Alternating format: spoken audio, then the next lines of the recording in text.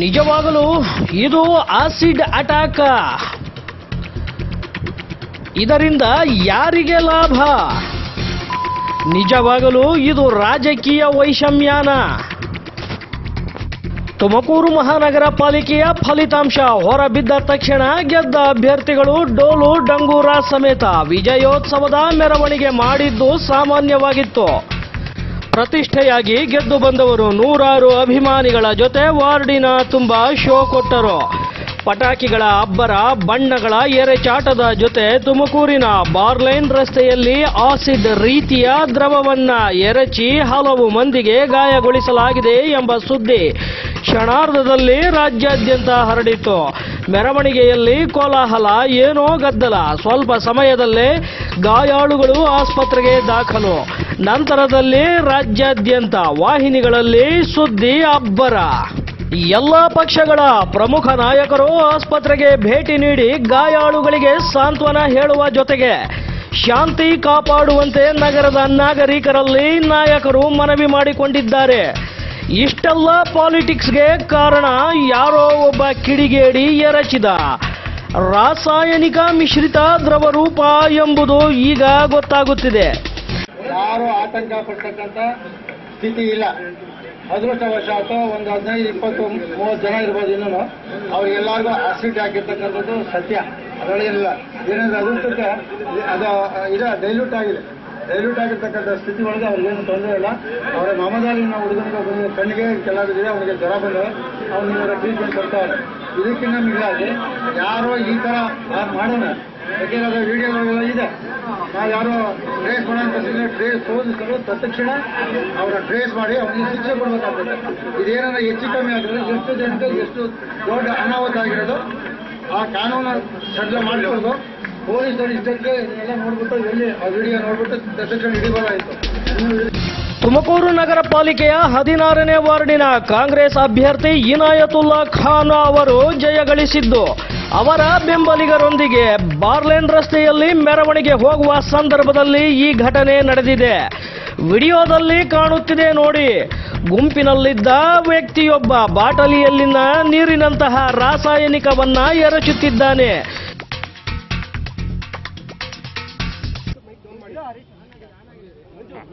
Tumakuru city corporation ಲಿಮಿಟ್ಸಲ್ಲಿ 16ನೇ ವಾರ್ಡ್ನಲ್ಲಿ ಇನಾಯತುಲ್ಲಾ ಅಂತ ಒಂದು ಕಾಂಗ್ರೆಸ್ ಕ್ಯಾಂಡಿಡೇಟ್ ಅವರು ಗೆದ್ದಿದ್ರು. ಅವರು ಬೆಂಬಲಿಗರೊಂದಿಗೆ ಸುಮಾರು ಒಂದು 30ರಿಂದ 35 ಜನ ಇದ್ರು. ಅವರು ಒಂದು ಸಣ್ಣ ಪ್ರೊಸೆಷನ್ ತರ ಜೊತೆಗೆ ಹೋಗ್ತಾ ಇದ್ರು ಬಾರ್ಲೈನ್ ರೋಡಲ್ಲಿ. ಅಲ್ಲಿ ಒಂದು ಕಡೆ ಅವರೆಲ್ಲರೂ ಕೂತ್ಕೊಂಡು ಕುಣಿತಾ ಇದ್ರು. ಅವರದು ಬೆಂಬಲಿಗರೆಲ್ಲ ಸೇರಿ ಒಂದು ಸುಮಾರು 30ರಿಂದ 35 ಜನ ಇದ್ರು. ಆ ಟೈಮಲ್ಲಿ ಆ ಗುಂಪಲ್ಲಿಯೇ ಕುಣಿತಾ ಇದ್ದ ಒಂದು ವ್ಯಕ್ತಿ ಅವರು ಒಂದು ಬಾಟಲಿಯಲ್ಲಿ ಒಂದು ಶೇಕ್ ಮಾಡಿಕೊಂಡು ಸುತ್ತ ಒಂದು ನೀರು ಎಸಿತಾರೆ. ಸೊ ಇದಾದ ನಂತರ ಸುತ್ತಮುತ್ತ ಇರುವ ಜೊತೆಗೆ ಇರುವ ಆ ಪ್ರೊಸೆಷನಲ್ಲಿ ಇರುವ ಜನರಿಗೆ ಒಂಥರ ಬರ್ನಿಂಗ್ ಸೆನ್ಸೇಷನ್ ತರ ಫೀಲ್ ಮಾಡಿದೆ. ಅದಾದ ನಂತರ ಬರ್ನಿಂಗ್ ಸೆನ್ಸೇಷನ್ ಇರುವವರೆಲ್ಲ ಹಾಸ್ಪಿಟ್ಲಿಗೆ ದೇ ಹ್ಯಾವ್ ಗಾನ್ ದೇರ್. ಈಗ ಹಾಸ್ಪಿಟ್ಲಲ್ಲಿ ಡಾಕ್ಟರ್ಗೇನು ನಾವು ಮಾತಾಡಿಸಿದೆ. ಅವರಿಗೆ ಒಂದು ಬರ್ನಿಂಗ್ ಸೆನ್ಸೇಷನ್ ಬಂದು ಕೈಯಲ್ಲಿ ಒಂದು ಸ್ವಲ್ಪ ರ್ಯಾಷಸ್ ತರ ಆಗಿದೆ, ಕೈಯಲ್ಲಿ ಫೇಸಲ್ಲಿ ಸ್ವಲ್ಪ ರ್ಯಾಷಸ್ ತರ ಆಗಿದೆ. ಸೊ ಇದು ಏನು ಮೆಟೀರಿಯಲ್ ಇದೆ ಅಂತ ನಾವು ವೆರಿಫೈ ಮಾಡ್ತಾ ಇದೆ. ಪ್ರೈಮರಿಲಿ ಅವರು ಡಾಕ್ಟರ್ಸ್ ಹೇಳುವ ಪ್ರಕಾರ it is a weekly acidic substance ತರ ಇರಬಹುದು. ಅಂದರೆ ಬಹುಶಃ ಟಾಯ್ಲೆಟ್ ಕ್ಲೀನರ ಅಥವಾ ತಿನ್ನರ ತರ ಇರುವ ಯಾವುದಾದ್ರೂ ಸಬ್ಸ್ಟೆನ್ಸ್ ಇರಬಹುದು ಅಂತ ಹೇಳ್ತಾ ಇದ್ದಾರೆ. ಈಗ ಮೆಟೀರಿಯಲ್ ಅನ್ನು ನಾವು ಕಲೆಕ್ಟ್ ಮಾಡಿ ಫರ್ದರ್ ತನಿಖೆಗೆ ಆಗಿ ಬ್ಯಾಂಗ್ಳೂರಲ್ಲಿ ಲ್ಯಾಬ್ಗೆ ಕಳಿಸ್ತಾ ಇದ್ದೇವೆ. ಮತ್ತೆ ಈ ಟೋಟಲ್ ಒಂದು ಸುಮಾರು ಒಂದು 15ರಿಂದ 20 ಜನ ಇದ್ದಾರೆ. ಯಾರಿಗೇನು ಡೇಂಜರಸ್ ಆಗಿ ಅಥವಾ ಸೀರಿಯಸ್ ಆಗಿ ಯಾರೂ ಇಂಜರ್ಡ್ ಇಲ್ಲ. ಮತ್ತೆ ಆಸಿಡ್ ದಾಳಿ ಅಂತ ಹೇಳಕ್ಕೆ ಸದ್ಯಕ್ಕೆ ಬರ್ತಾ ಇಲ್ಲ. ಬಿಕಾಸ್ ಆಸಿಡ್ ದಾಳಿಯಲ್ಲಿ ಆಗುವಂತ ರೀತಿಯಲ್ಲಿರುವ ಇಂಜುರೀಸ್ ಆಗಿಲ್ಲ ಅಂತ ಡಾಕ್ಟರ್ಸ್ ಅವರು ಹೇಳ್ತಾ ಇದ್ದಾರೆ. ಬಟ್ ಆದರೆ ಇದು ಏನು ಸಬ್ಸ್ಟೆನ್ಸ್ ಇದೆ ಮತ್ತೆ ಇದು ಹೇಗೆ ಆಗಿದೆ ಅಂತ ಬಗ್ಗೆ ನಾವು ತನಿಖೆಯನ್ನು ಶುರು ಮಾಡಿದ್ದೇವೆ. ಇದು ನಿಜವಾಗಲೂ ಆಸಿಡ್ ಆಗಿತ್ತಾ? ಇದರಿಂದ ಯಾರಿಗೆ ಲಾಭ? ಇಂತಹ ಹಲವು ಪ್ರಶ್ನೆಗಳು ಏಳಲಾರಂಭಿಸಿವೆ. ಆದರೆ ಒಂದು ಪ್ರಾಥಮಿಕ ತಪಾಸಣೆ ತನಿಖೆಯಿಂದ ಇದು ಆಸಿಡ್ ಅಲ್ಲ ಎಂದು ಹೇಳಲಾಗುತ್ತಿದೆ. ವೀಕ್ಲಿ ಅಸಿಡಿಕ್ ಸಬ್ಸ್ಟೆನ್ಸರ್ ಮತ್ತು ಟಾಯ್ಲೆಟ್ ಕ್ಲೀನರ್ ಅಥವಾ ತಿನ್ನರ್ ಇರಬಹುದೆಂದು ಹೇಳಲಾಗುತ್ತಿದೆ. ಹೆಚ್ಚಿನ ತನಿಖೆಗಾಗಿ ದಾಳಿಗೊಳಗಾದವರ ಬಟ್ಟೆಗಳನ್ನು ರಾಸಾಯನಿಕ ಪರೀಕ್ಷೆಗಾಗಿ ಬೆಂಗಳೂರಿಗೆ ಕಳುಹಿಸಿಕೊಡಲಾಗಿದೆ.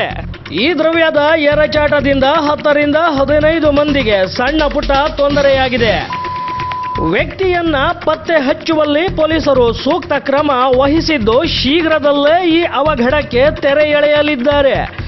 ಚುನಾವಣಾ ಸಂದರ್ಭದಲ್ಲಾಗಲಿ, ಪ್ರಚಾರದ ವೇಳೆಯಲ್ಲಾಗಲಿ, ಮತದಾನದ ದಿನವಾಗಲಿ ಎಲ್ಲೂ ಗೊಂದಲ, ಗಲಾಟೆ, ತಂಟೆ, ತಕರಾರಿಲ್ಲದೆ ಇರುವಾಗ ಮೆರವಣಿಗೆಯಲ್ಲಿ ಮಾತ್ರ ದಾಳಿ ಮಾಡಲು ಇದು ರಾಜಕೀಯ ವೈಷಮ್ಯ ಕಾರಣ ಎನ್ನಲು ಸಾಧ್ಯವೇ ಇಲ್ಲ. 35ರಿಂದ 40 ಮಂದಿ ಮಾತ್ರ ಬೆಂಬಲಿಗರು ಕುಣಿಯುತ್ತಿದ್ದ ಸಂದರ್ಭದಲ್ಲಿ ಅವರ ಮಧ್ಯದಲ್ಲೇ ಇದ್ದ ಒಬ್ಬ ಬಾಟಲಿಯನ್ನ ಎತ್ತಿ ಎರಚುತ್ತಾನೆ ಎಂದರೆ ಅವನು ಅಪರಿಚಿತನೇನೂ ಇರಲಿಕ್ಕಿಲ್ಲ. 3-4 ವರ್ಷಗಳ ಹಿಂದೆ ರಂಜಾನ್ ಸಂದರ್ಭದಲ್ಲಿ ಮೆಹಂದಿ ಹಚ್ಚಿಕೊಂಡ ಹಲವು ಮಂದಿಯ ಕೈ ಮೇಲೆ ದಂಧೆಗಳಾಗಿ ತುರಿಕೆ ಕಾಣಿಸಿಕೊಂಡು ರಾಜ್ಯದ ಹಲವು ಆಸ್ಪತ್ರೆಗಳ ಮುಂದೆ ಜನ ಸಾಲುಗಟ್ಟಿ ನಿಂತಿದ್ದರು. ಇದಕ್ಕೆ ಕಾರಣ ಮೆಹಂದಿಯಲ್ಲಿನ ರಾಸಾಯನಿಕ ವೈಪರೀತ್ಯ ಎಂದು ಹೇಳಲಾಗಿತ್ತು.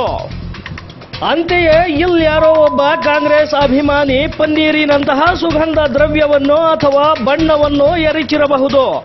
ಇದರಲ್ಲಿನ ರಾಸಾಯನಿಕ ವ್ಯತಿರಿಕ್ತ ಪರಿಣಾಮ ಬೀರಿರಲೂಬಹುದು.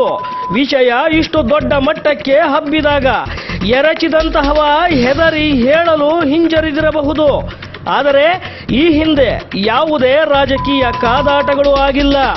ಆಯ್ಕೆಯಾಗಿರುವ ಇನಾಯತ್ ಉಲ್ಲಾ ಅವರು ಸಹ ಸಭ್ಯರು. ಅವರ ಗೆಲುವಿನಿಂದ ಆಸಿಡ್ ಎರಚುವಂತಹ ಕೆಟ್ಟ ರಾಜಕೀಯ ಇಲ್ಲಿ ನಡೆದಿರಲಿಕ್ಕಿಲ್ಲ. ಸತ್ಯಾಸತ್ಯತೆಗಳೇನೇ ಇದ್ದರೂ ತನಿಖೆಯಿಂದ ಗೊತ್ತಾಗಲಿದೆ. ಪೊಲೀಸರು ಶೀಘ್ರದಲ್ಲಿ ಇಲ್ಲಿ ಆಗುತ್ತಿರುವಂತಹ ಗೊಂದಲಕ್ಕೆ ತೆರೆ ಎಳೆಯಲಿದ್ದಾರೆ.